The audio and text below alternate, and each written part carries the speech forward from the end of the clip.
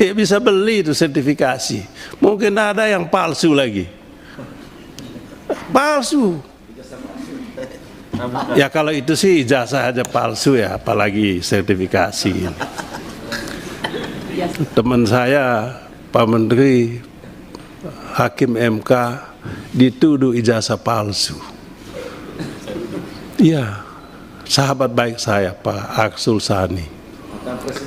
Tapi hebatnya dia tampil di depan, tunjuk itu ijazahnya yang asli. Nggak kayak yang lain. Ya. Pernyataan anggota DPR RI dari fraksi Demokrat Benny Kaharman soal ijazah palsu berbuntut panjang. Benny dalam rapat kerja balik DPR dengan Kemendikbudrismen dan Kementerian Agama menyinggung soal ijazah palsu. Inilah yang kemudian ditanggapi Partai Solidaritas Indonesia (PSI) dan diduga dikaitkan dengan isu ijazah Jokowi. Ketua Harian PSI Ahmad Ali bilang, kasus ijazah bisa bergulir lama, pasti ada pihak yang menjadi otak dan membiayai. Ahmad Ali menduga pihak yang menunggangi isu ijazah Jokowi adalah pihak yang ingin menjadi cawapres di Pilpres 2029 mendatang. Nah, artinya bahwa tiba-tiba ini muncul, ada yang mengorkestra. Kalau kita lihat politiknya ini, ya ujung-ujungnya pertarungan wapres, siapa sih nanti yang menjadi saingannya Gibran jadi wapres sih? Ya, jadi kalau kemudian di bawah ada yang terganggu dengan munculnya Mas Gibran sebagai calon wapres dan menunggangi ini, nggak salah juga kali ya. Seperti Pak Prabowo bilang, ini ada nih yang mengotaki nih, ada yang membiayai, dan masa iya ada satu isu begitu panjangnya, ya kan? Namun Partai Demokrat membantah apa yang dibilang kadernya di DPR Benny Kaharman, merujuk pada sosok tertentu, yakni Jokowi. Apa yang disampaikan itu merupakan fungsi dan tanggung jawab sebagai seorang anggota DPR yang tentunya dari fraksi Partai Demokrat. Secara tidak langsung bukan Pak Jokowi, tetapi itulah apa yang disampaikan itu yang dilakukan oleh Pak Arsul Sani itu merupakan contoh apabila terjadi diskursus di masyarakat, dan itu adalah merupakan hal yang terbaik untuk dilakukan. Sementara itu, Direktur Eksekutif Parameter Politik Indonesia, Adi Praitno menilai, isu ijazah Jokowi terus muncul karena ijazahnya tak kunjung ditunjukkan ke publik. Ia membandingkan dengan Hakim MK Arsul Sani yang beberapa waktu lalu langsung menunjukkan ijazahnya di tengah dugaan ijazah palsu. Kekuatan politiknya adalah supaya persoalan ini cepat selesai, salah satunya adalah dengan cara mencontoh apa yang dilakukan oleh Pak Arsul Sani yang beberapa waktu yang lalu ada juga di medsos dan di netizen yang menuduh bahwa ijazah beliau itu misalnya tidak benar, palsu, tapi kan Pak Arsul secara terbuka menunjukkan ke publik dan semuanya clear. Pak Arsul juga tidak mempersoalkan dan tidak membawa ini ke ranah publik. Dalam kasus pencemaran nama baik terkait ijazah Jokowi, polisi telah menetapkan 8 tersangka, termasuk Roy Suryo. Polisi juga sudah mencekal Roy Suryo CS. Tim Liputan, Kompas TV.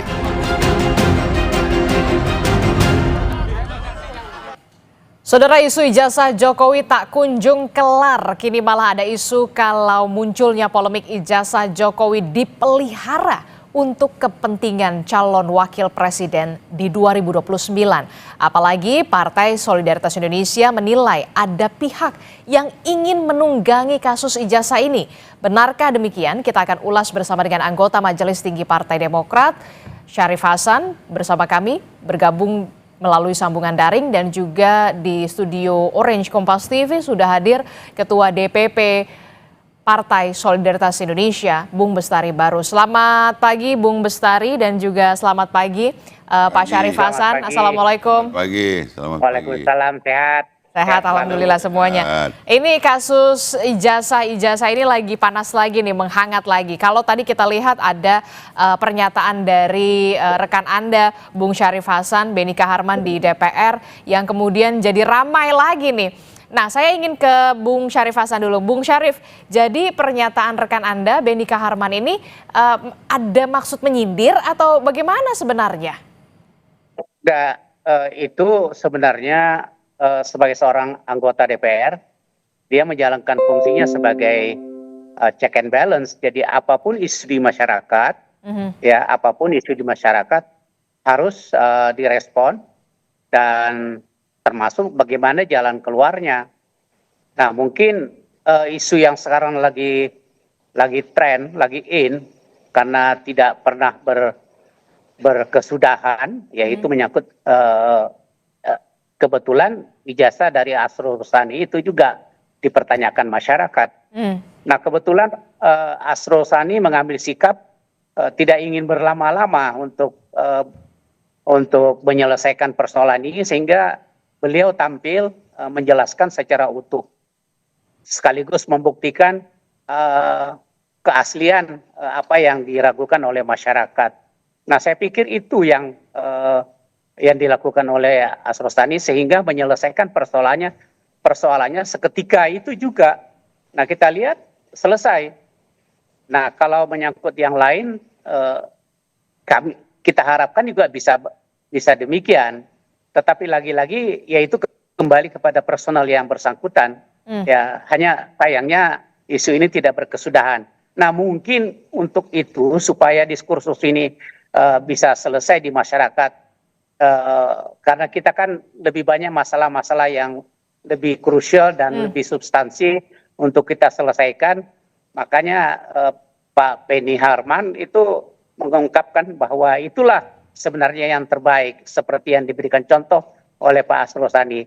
Hanya itu saja maksudnya, tidak ada lain di balik pernyataan itu. Oke, jadi tidak ada maksud menyindir-nyindir, karena memang kalau kita perhatikan kalimat Beni Harman itu pada saat di DPR mengatakan ya sahabat saya Asrul Sani langsung ketika dituduh ijazah palsu langsung ditunjukkan tidak kayak yang lain. Yang lainnya itu maksudnya siapa? Ya, itu yang lain ya, isu yang sekarang masih dibicarakan.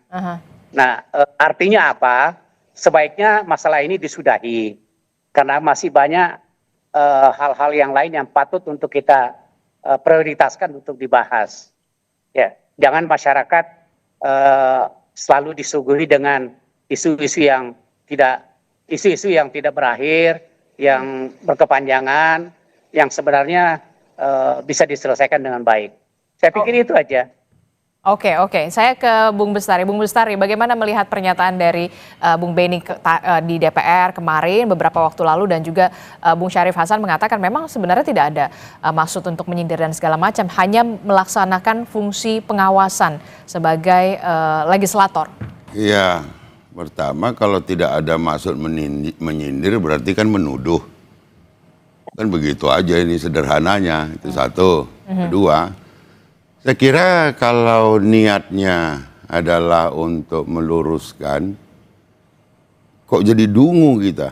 Punya anggota DPR banyak, waktu pemilu lalu 54, sekarang 44 turun kan? Kemudian menyatakan ini sebagai satu kepedulian. Kalau peduli, datanglah ke UGM, ke institusi yang mengeluarkan ijazah itu, tanya baik-baik, kan itu mitra juga itu. Jadi menurut saya ini memang gorengan-gorengan politik. Pak Jokowi dan Pak Prabowo bersahabat. Kemarin menang 58%, Demokrat dapat kemudian beberapa menteri. Tapi hari ini kelihatannya kalau ini adalah tujuannya seperti yang kita indikasikan bahwa ini keinginan untuk perebutan kekuasaan. Ini sepertinya ingin membelah kekuatan Pak Prabowo dari 58 ini menjadi 29. Ya, dari 29%, dan itu memudahkan mungkin ke depan itu supaya Demokrat mungkin bisa maju sendiri kali. Gitu loh. Jadi yang masuk akal sedikit lah kalau memberikan alasan-alasan pembenaran. Udah lama itu jadi anggota DPR ngomong sembarangan. Jadi maksud Anda untuk kepentingan 2029 calon wakil presiden atau seperti apa sebenarnya? Pastilah seperti itu. Gitu loh. Tapi nggak kejauhan, ini masih 2025 akhir loh. Hari ini semua partai politik sudah melaksanakan konsolidasi dong untuk pemenangan 2029. Ya kan? Kita dibilang terganggu juga enggak, tetapi sangat disayangkan gitu loh. orang-orang yang partai politik yang sudah katanya bahkan pernah jadi presiden gitu ya, ketua umumnya ya Pak SBY harus kemudian mendiamkan hal-hal seperti ini. Tadi mengatakan mari ini kita selesaikan, masih banyak hal yang lain. Tapi kemudian membuka bahwa wah ini kericuhan. Datang ke UGM, datang ke Barreskrim Polri, tanya di sono. Bukan ditanya kepada Roy Suryo atau orang-orang lain yang ya ini terindikasi diorkestrasi dan semuanya itu ada kaitan gitu loh. Kemarin ada juga yang mengatakan ya salah satunya anggota DPR gitu. Untuk apa kemudian memanas-manasi masyarakat? Masyarakat itu harus diyakinkan supaya nggak ribut. Salah satunya Demokrat dong. Kan Demokrat bisa menyampaikan atau bertanya, datang ke UGM, tanya. Bahkan UGM sendiri pun saya heran gitu. Demokrat kok nggak percaya kepada UGM yang sudah menjelaskan bahwa ini asli gitu. Jadi mau dengar siapa lagi? Oke, Bung Syarif, bagaimana respon Anda? Iya, seorang legislatif itu kan mekanisme check and balance-nya kan ada sistem yang harus dipenuhi.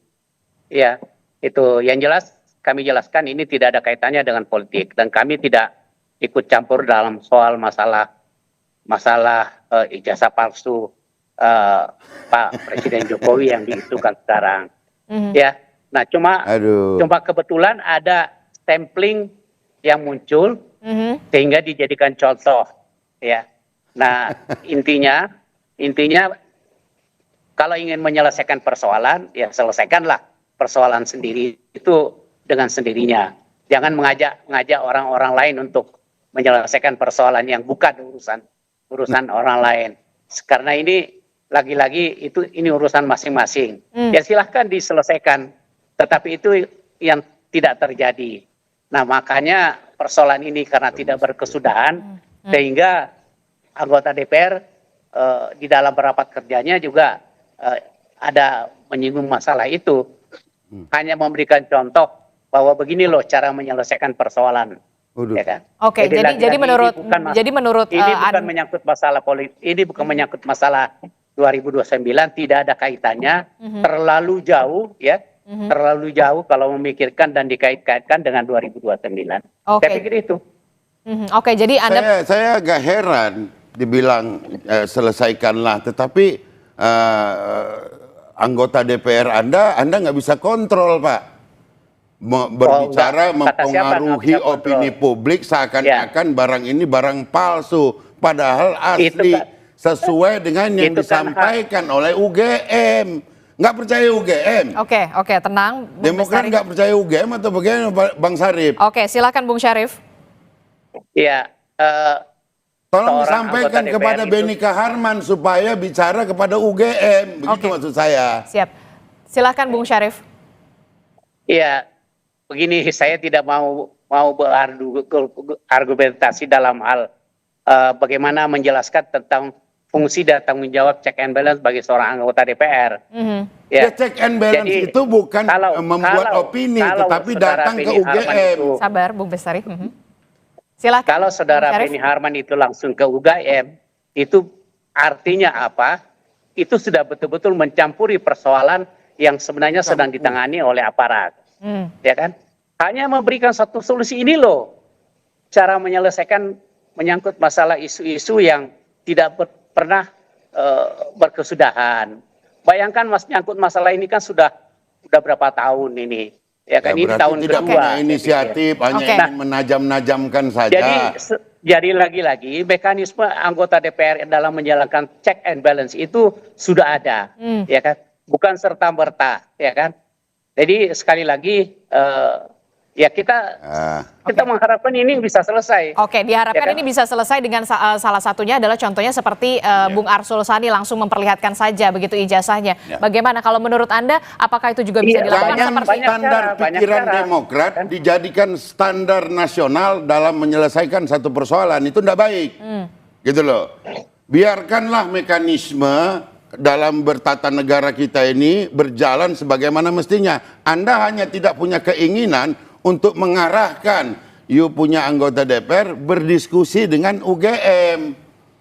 Begitu loh. Begini saja, apa enggak lebih baik Pak Syarif Hasan, gini, saya akan mendukung, PSI akan mendukung. Selesaikan Hambalang itu, bangun kembali, jangan jadi candi busuk. Kita akan dukung secara politik. Oke, tapi kemudian Itu lebih baik ketimbang kemudian memberikan katakanlah tuduhan-tuduhan ataupun sindiran-sindiran kepada Pak Jokowi, patron kami itu Pak di PSI. Oke, tapi kemudian Bung Syarif mengatakan mungkin solusinya bisa seperti Arsul Sani, Bung Arsul Sani dengan memperlihatkan ijazah asli kepada publik. Kita sebagai warga negara PSI khususnya tunduk patuh kepada negara. Apa perangkat negara yang sedang bekerja itu yang kita patuhi. Maka saya menghimbau kepada Pak Syarif Hasan, senior saya ya di politik, untuk di internal itu arahkan saja Pak ke UGM, kemudian ke Barreskrim atau Kapolri untuk bertanya di sana. Jangan membuat opini ini semakin jadi huru-hara. Oke, baik Bung Syarif. Kan? Cocok nggak Pak? Ya. Oke, silakan Bung Syarif. Ini saran yang menyesatkan.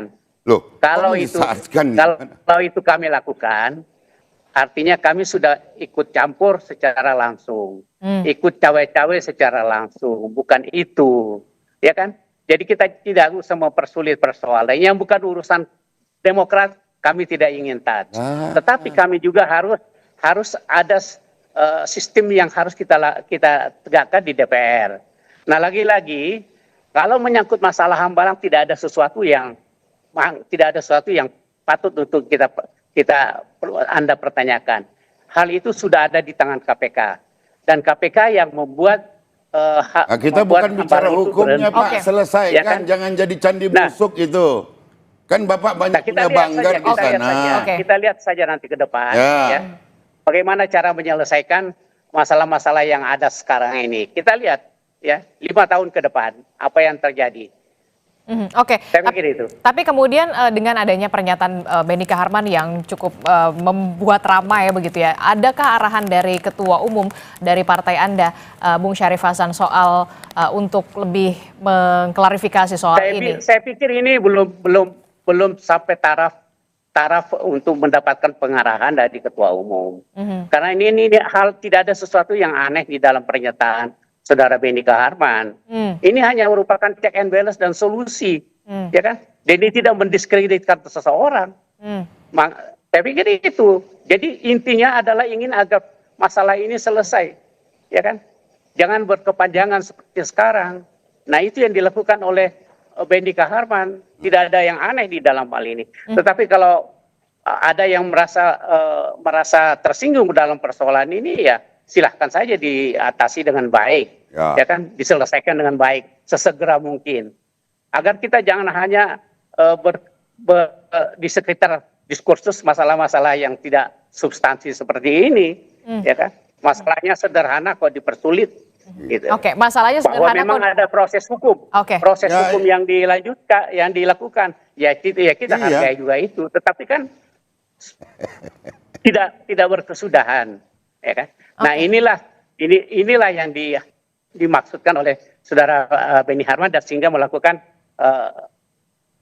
statement di DPR. Demokrat sedang menuduh aparatur hukum, berarti Demokrat sedang menuduh aparatur hukum tidak capable dalam melaksanakan tugasnya menyelesaikan persoalan ini. Sabar Pak. Sabar, ini lagi berjalan prosesnya seperti yang Bapak sampaikan.